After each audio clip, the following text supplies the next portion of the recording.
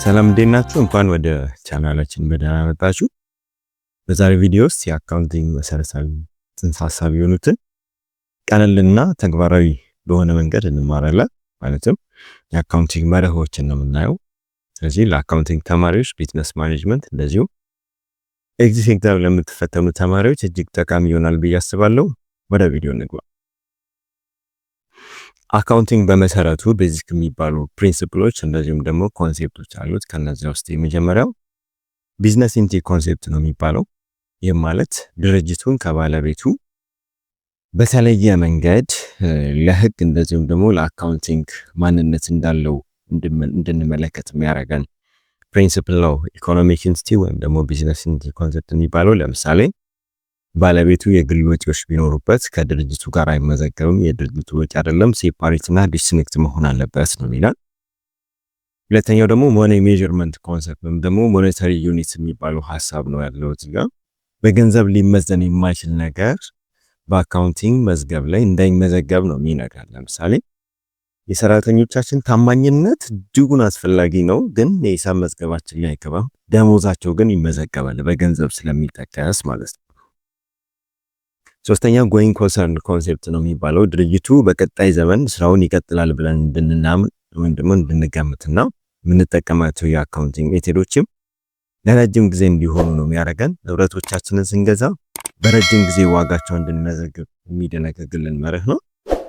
አራተኛው ኮስት ኮንሴፕት ነው የሚባለው ንብረት ሲገዛ ወይም ደግሞ ትራንዛክሽኖች ሲከናወኑ በሂስቶሪካል ኮስት ወይም ደግሞ በተገዙበት ደረሰኙ ላይ ባለው ዋጋ እንድንመዘግብ የሚያደርገን ፕሪንሲፕል ነው። ስለዚህ ፌር ቫልዩ ከሰራን ወይም ደግሞ የገበያ ዋጋው ቢለወጥም ኋላ ላይ የምንለውጥበት ሜዠርመንት አለን እንጂ በሂስቶሪካል ኮንሴፕቱ ነው የምንመዘግበን የሚለን ሀሳብ ነው እዚህ ጋር ያለው።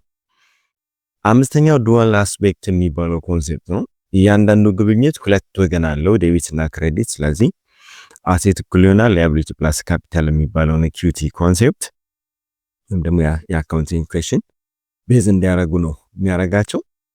ስድስተኛው ደግሞ አካውንቲንግ ፕሬድ ኮንሴፕት ወይም ደግሞ ፔሪዮዲሲቲ አሰምፕሽን የሚባለው ነው። የንግድ ህይወት በአመት በወር ወይም ደግሞ በሩብ አመት እንዲከፈል የሚያደርገን ነው። ስለዚህ ሪፖርቲንግ ፔሪዳችን መንዝሊ፣ ኳርተርሊ፣ ይርሊ እያልን የበጀት አመት የንግድ አመት እንዲኖረን ውጤቱን ደግሞ በጊዜው ለመመዘን ይረዳናል ብሎ የሚያስብ አሰምሽን ነው።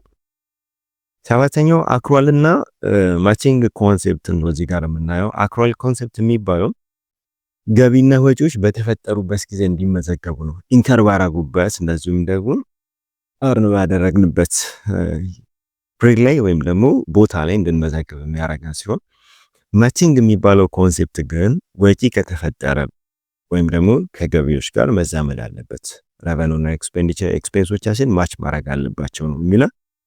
ኤግዚት ኤግዛም ላይ በጣም ከሚጠየቁ የአካውንቲንግ ጥያቄዎች ውስጥ አብዛኛው ከአክሩዋል እና ማቺንግ ኮንሴፕት ጋር የተገናኙ ናቸው። ስምንተኛ ላይ የምናገኘው ፕሩደንስ ወይም ደግሞ ፕሩደንስ እና ኮንሲስተንሲ ኮንሴፕት የሚባለው ነው። ፕሩደንስ ስንል ኪሳራን አስቀድሞ መገመት፣ ትርፍን ደግሞ አለመገመት ነው የሚለው። ኮንሲስተንሲ ጋር ስንመጣ ግን አካውንቲንግ መንገድ ወይም ደግሞ ከአመት ዓመት የምንጠቀምባቸው የአካውንቲንግ ሜቶዶቻችን ለምሳሌ ለዲፕሪሲዬሽን ለኢንቨንተሪዎቻችን የምንጠቀምባቸው ሜቶዶች ኮንሲስተንት መሆን አለባቸው ነው የሚለው። ለማጠናቀቅ ያክል እዚህ ጋር የምናያቸው የአካውንቲንግ መሰረታዊ ጽንሰ ሀሳቦች ሁሉም አካውንቲንግ ላይ ለሂሳብ ሪፖርት ነው የሚያገለግሉ። ሰፋ ያለ ቪዲዮ እንድሰራላችሁ የምትፈልጉ ከሆነ እንዲሁም ከወደዳችሁት ቪዲዮን ላይክ፣ ሰብስክራይብ በማድረግ እንድትተባበሩን እጠይቃለሁ። ቴንኪው። ጨርሰናል። አመሰግናለሁ።